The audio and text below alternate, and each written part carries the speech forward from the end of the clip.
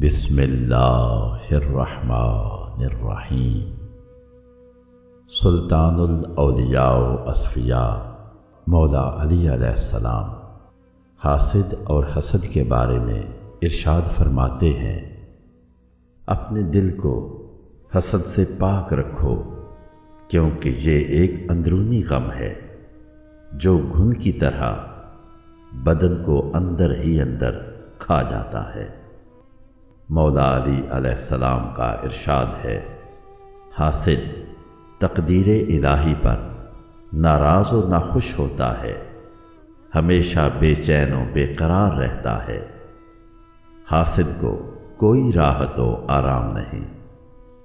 آپ علیہ السلام فرماتے ہیں، حاسد بظاہر تندرست نظر آتا ہے، لیکن وہ ہمیشہ بیمار رہتا ہے۔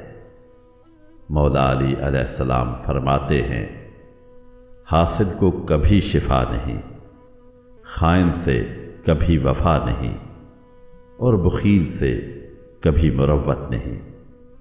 شیر خدا مولا علی علیہ السلام کا ارشاد ہے، حاسد کی عادت ہے کہ وہ باتوں میں دوستی اور محبت ظاہر کرتا ہے اور معاملات میں دشمنی مخفی رکھتا ہے۔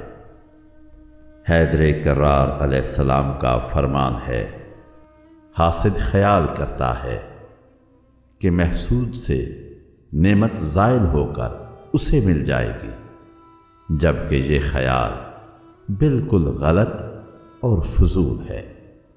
دعا ہے کہ اے اللہ ہمیں حسد اور کینہ سے ہمیشہ محفوظ فرمائے رکھنا، بحق محمد و آل محمد، آمین۔